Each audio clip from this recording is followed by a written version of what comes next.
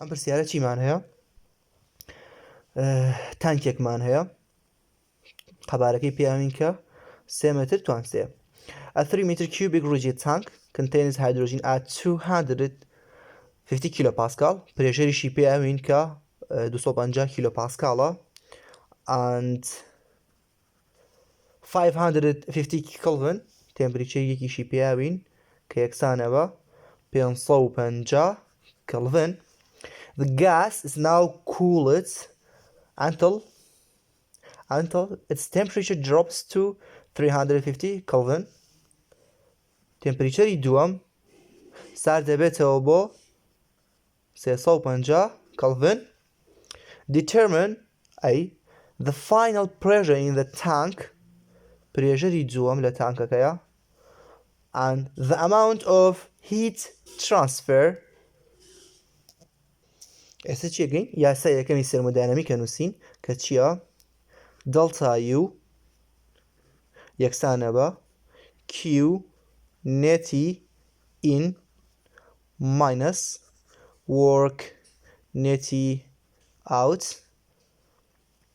پاشان دڵتا U یەکسانە بە QE in minus QE out minus کەوانە worky out minus worky in. ئەگەر سیر بکەین لێرە work out پلەسە واتە چی؟ واتە work done by the system پلەسە work done on the system minusە Q added to the system پلەسە Q rejected و Q loss from the system minusە. بەڵام پاشان کە ناقسەکە زەڵبی ناوکەوانەکەگەن چی ئەمێنێتەوە؟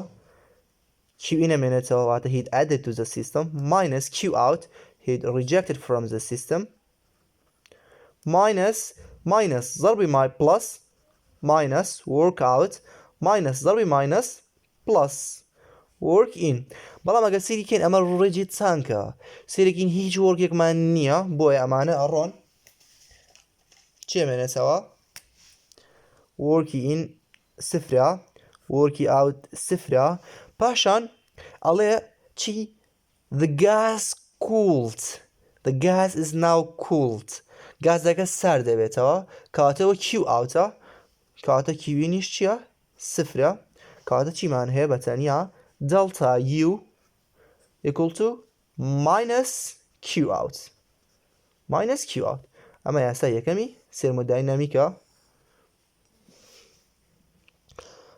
کەواتە minus Q out یەکسانە بە mCV delta T و Q out یەکسان minus Q out یەکسانە بە mCV T2 minus T1 و ئیشتاین بڵێین ئەم ماینەسە زەڵبی ئەو بەرکەین ئەبێتە Q out mCV T1 minus T2 چیمان کردووە؟ ئەم زەڵبی ناقسەکەین بۆ هەردوولا ئەمە بێتە موجب ئەبێتە چی؟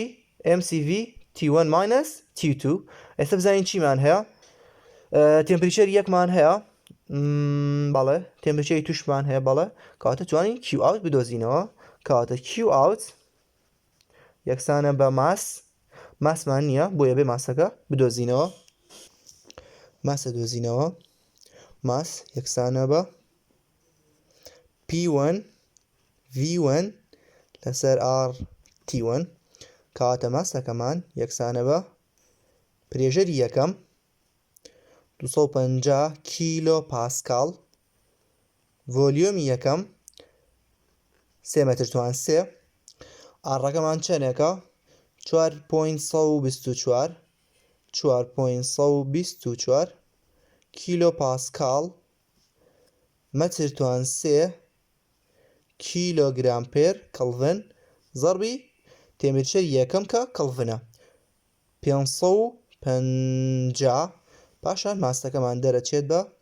ئەمە لەبەرەوەی کیلۆ پاسکاڵە و ئەم 4.124 کیلۆ پاسکاڵە بۆیە لە کۆتایە ماستەکەمان بەس بەتەنها بە کیلۆگرامەکە ئەمێنێتەوە کە کاتە 0.307 کیلۆگرام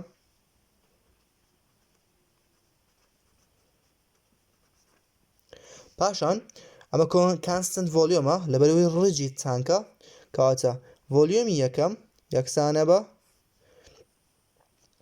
پرێژەری یەکەم AMR T ڤۆلیۆمی دووەم یەکسانە بە AMR T2 T1 لەسەر پرێژەری دووەم کەواتە ڤۆلیۆمی یەکەم یەکسانە بە ڤۆلیۆمی دووەم و یەکسانیشە بە AMR T1 لەسەر P1 و یەکسانیشە بە AMR T2 لەسەر P2 MR لەگەڵ MR ڕوا کەواتە تمپریچەری کەواتە T1 لەسەر P1 یەکسانە بە T2 لەسەر P2 و لێرەشەوە ئەتوانین چی بدۆزینەوە T2 بدۆزینەوە کە یەکسانە بە پرێژەری دووەم سەربی ئەو بەرەوە پرێژەری دووەم عەفوەن داوای پرێژەری دووەمەکە کەواتە لێرەوە توانین چی بکەین پرێژەری دووەم بدۆزینەوە یەکسانە بە چی پرێژەری دووەم یەکسانە بە T2 لەسەر T1 زەربی P1 هەموویمان هەیە دایانێنەوە